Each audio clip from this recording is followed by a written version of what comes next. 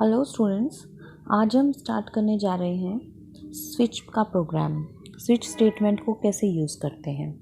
ठीक है, तो सबसे पहले हम स्विच के लिए यूज़ करते हैं एक कैरेक्टर वेरिएबल ले लेते हैं, जिसका हम वेरिएबल का नाम रखते हैं चॉइस।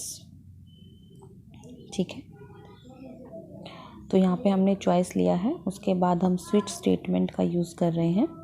स्विच और ब्रैकेट में हम लिखते हैं चॉइस। उसके बाद हम इसकी ओपन ब्रैकेट को यूज़ करने वाले हैं और क्लोज ब्रैकेट को।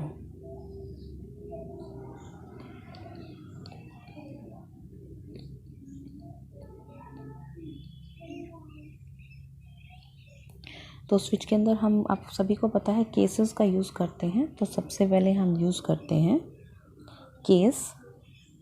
अगर हम यहाँ पे कैरेक्टर वैल्यू ले रहे हैं तो हम यूज़ कर लेते हैं केस। अगर हम केस के अंदर आर यूज़ कर रहे हैं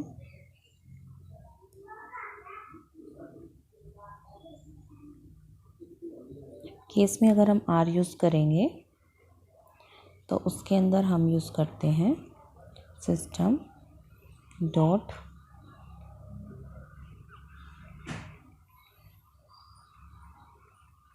कलर इज रेड।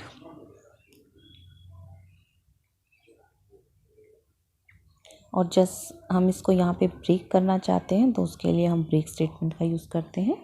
उसके बाद हम यूज़ करेंगे केस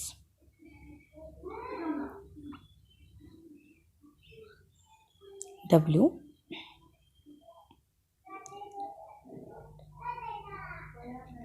जिसके अंदर हम यूज़ करने वाले हैं system dot out dot println. और इसके अंदर हम यूज़ करने वाले हैं कलर इज वाइट।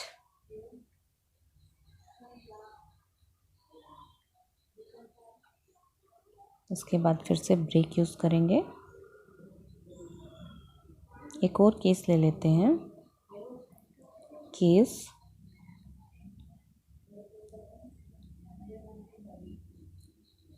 बी।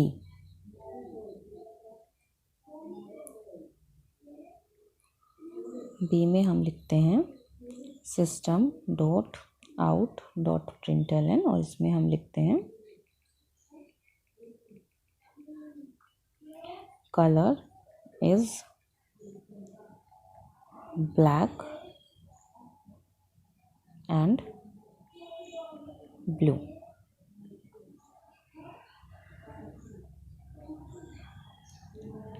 ठीक है, इसके बाद अगेन हम ब्रेक यूज़ करेंगे। उसके बाद हम यहाँ पे एक डिफ़ॉल्ट वैल्यू का यूज़ करते हैं।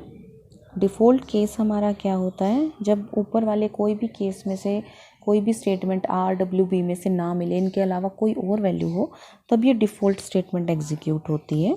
इसमें हम यूज़ करेंगे system dot out dot println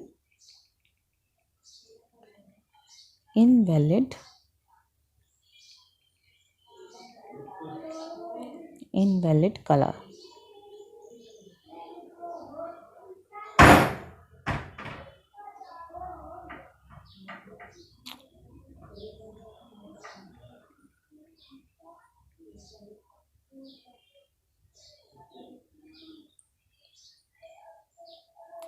ठीक है, तो ये हमारी कोडिंग यहाँ पे ख़त्म हो गई है। अब हम यहाँ पे चॉइस की वैल्यू दे के चलते हैं।